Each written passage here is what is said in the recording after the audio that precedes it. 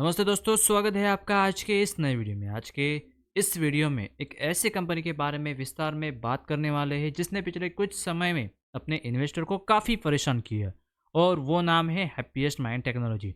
अगर आप इस स्टॉक को लगातार फॉलो कर रहे हैं तो आपने देखा होगा कि यह स्टॉक अपने 52 वीक लो से, यानी इसका 52 वीक लो 384 था, उसके नीचे भी जाके ये ट्रेड करने लगा था। अभी ये उसके ऊपर आ चुका है।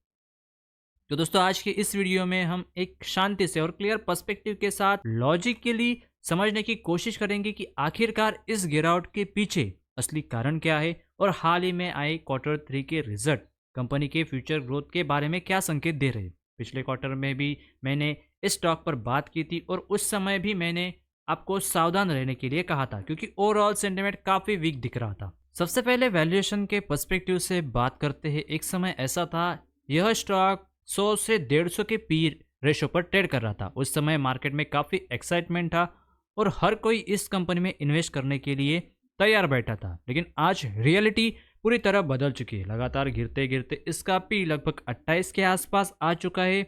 अब कई लोगों को लग सकता है कि इतना गिरने के बाद स्टॉक सस्ता हो गया, लेकिन जब हम इसे बड़ी आईटी कंपनी से कंपेयर करते हैं जो करीब 19 या 20 के पी पर मिल रही है, तो क्लियरली दिखाता है कि हैप्पीएस्ट माइंड अभी भी रिलेटिव टर्म्स में थोड़ा महंगा है, खासकर तब जब प्रॉफिट ग्रोथ उतनी स्ट्रांग नहीं है जितनी मार्केट जनरली एक्सपेक्ट करता है। यहाँ पर आप क्लियरली देख सकते हैं कि टीसीएस का पी देखेंगे तो 19 का है, इन्फोसिस का देखेंगे तो लगभग 20 का है, एचसीएल टेक्नोलॉजी का देखेंगे तो 23 का है, विप्रो का देखेंगे तो 17 है।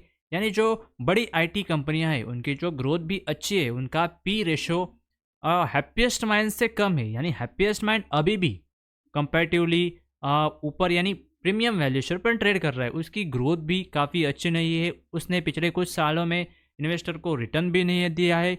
तो इससे ये पता चलता है कि हैप्पीएस्ट माइंड अभी भी महंगा है, इसलिए कोई खरीद नहीं रहा है। इसमें लिक्विडिटी नहीं बन पा रही, यानी पैसा कोई डाल नहीं रहा है। कंपनी की फाइनेंशियल परफॉर्मेंस को थोड़ा डिटेल में समझते हैं। सेल्स में करीब 20% की ग्रोथ दिख रही है जो सरफेस पर पॉजिटिव लगती है, लेकिन प्रॉब्लम सेल्स नहीं है, प्रॉब्लम मार्जिन और प्रॉफिटेबिलिटी में है। ऑपरेटिंग मार्जिन जो पहले लगभग 25% के आसपास हुआ करते थे, अब ये घटकर 16 से 17% तक आ गए हैं। मार्जिन में यह गिरावट सीधे नेट प्रॉफिट पर इम्पैक्ट डालती है। अगर आप 3 साल पहले को डाटा देखेंगे तो प्रॉफिट लगभग 181 करोड़ था और आज भी करीब 185 करोड़ के आसपास है। यानी सेल्स बढ़ रही है, लेकिन बॉटम लाइन में कोई मीनिंगफुल इंप्रूवमेंट नहीं दिख रहा है। बेसिकली कंपनी ज़्यादा काम कर रही है, लेकिन प्रॉफिटेबिलिटी उसी स्पीड में नहीं बढ़ रही है। अब लेटेस्ट क्वार्टर रिजल्ट की बात करें तो वहाँ भी स्टोरी कुछ अलग नहीं है। ईयर ऑन ईयर बेसिस पर सेल ठीक है, लेकिन क्वार्टर ऑन क्वार्टर ग्रोथ में कोई खास तेजी नहीं दिखती। इस बार का नेट प्रॉफिट करीब 40 करोड़ रहा है, जबकि पिछले क्वार्टर में यह लगभग 54 करोड़ के आसपास था। ऑपरेशनल नंबर्स उतने खराब नहीं थे, लेकिन इस बार अदर इनकम का सपोर्ट नहीं मिला, जिसकी वजह से नेट प्रॉफिट में गिरावट दिखी। अगर हम थोड़ा न्यूट्रल होकर देखें तो नंबर्स फ्लैट जैसे लगते हैं, लेकिन मार्केट को सिर्फ फ्लैट नंबर्स से संतोष नहीं होता, मार्केट को ग्रोथ ट्रिगर चाहिए, और फिलहाल वह मिसिंग है। इसके अलावा कुछ स्ट्रक्चरल फैक्टर्स भी है जो स्टॉक पर प्रेशर बना रहे। प्रमोटर्स होल्डिंग 2021 में लगभग 54% के आसपास थी, 53-54 के आसपास थी। अब ये 2025 में 44.21% हो गई है। मार्केट अक्सर प्रमोटर सेलिंग को नेगेटिव सिग्नल की तरह देखता है, चाहे उसके पीछे रीजन कुछ भी हो। साथ ही एफआई और डीआईएस की पार्टिसिपेशन भी कंपनी में फिलहाल लिमिटेड नजर आ रही है।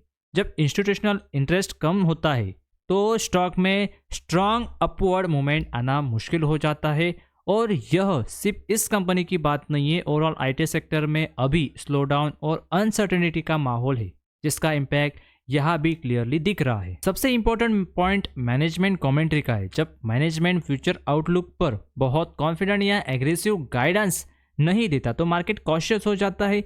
अभी तक मैनेजमेंट की तरफ से कोई बहुत बड़ा स्ट्रांग रोड मैप या क्लियर टर्न अराउंड सिग्नल नहीं आए। जब तक प्रॉफिटेबिलिटी में विजिबिलिटी इंप्रूवमेंट नहीं दिखता या ग्रोथ में कोई बड़ा जंप नहीं आता, तब तक स्टॉक प्राइस को सस्टेनेबल ऊपर ले जाना आसान नहीं होगा। याद रखिए, यह स्टॉक जो लगभग 1500 यानी 1500 के ऑल टाइम हाई से लगभग 60 से 70% यानी 70 से 60% गिरकर अब 400 के नीचे ट्रेड कर रहा है।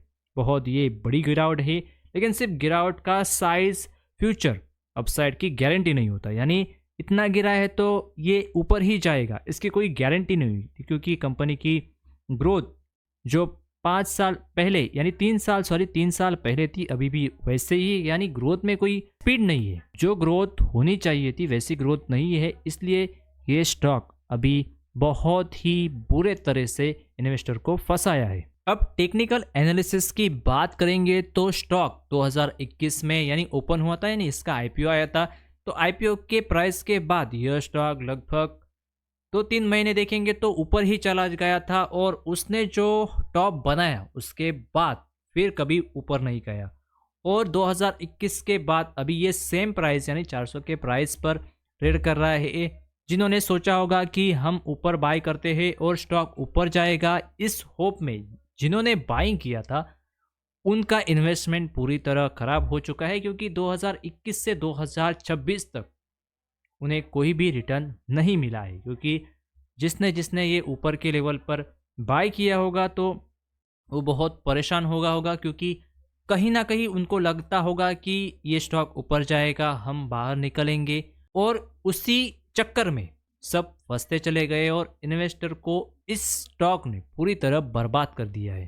तो दोस्तों, अगर ये स्टॉक 400 के अगर नीचे क्लोज करके नीचे चला जाता है और आईपीओ के प्राइस के भी नीचे चला जाता है, तो इस स्टॉक से बाहर जाना ही समझदारी होगी, कितना ही लॉस क्यों ना हो। क्योंकि अगर आप इसमें फंसे रहते हैं तो ये स्टॉक जीरो भी हो सकता है, क्योंकि कंपनी की ग्रोथ पिछले 3 साल में कुछ नहीं है। 3 साल भी वैसे थी और आज भी वैसे ही है। तो इस स्टॉक से आपको अगर 400 के नीचे चला जाता है तो आपको इससे दूरी बनाई रखनी चाहिए।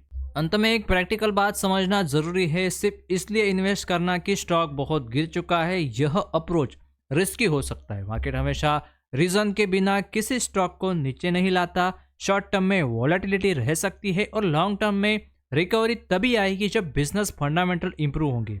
इसलिए बेहतर यही है कि हम नंबर्स और ट्रेंड पर ध्यान दें और देखें कि कब मार्जिन स्टेबलाइज होते हैं, कब प्रॉफिट ग्रोथ में कंसिस्टेंसी आती है और कब मैनेजमेंट की तरफ से क्लियर पॉजिटिव सिग्नल मिलते हैं। यह पूरा एनालिसिस सिर्फ आपकी इंफॉर्मेशन और अंडरस्टैंडिंग के लिए है। इसमें किसी भी तरह का बाय या सेल रिकमेंडेशन शामिल नहीं है।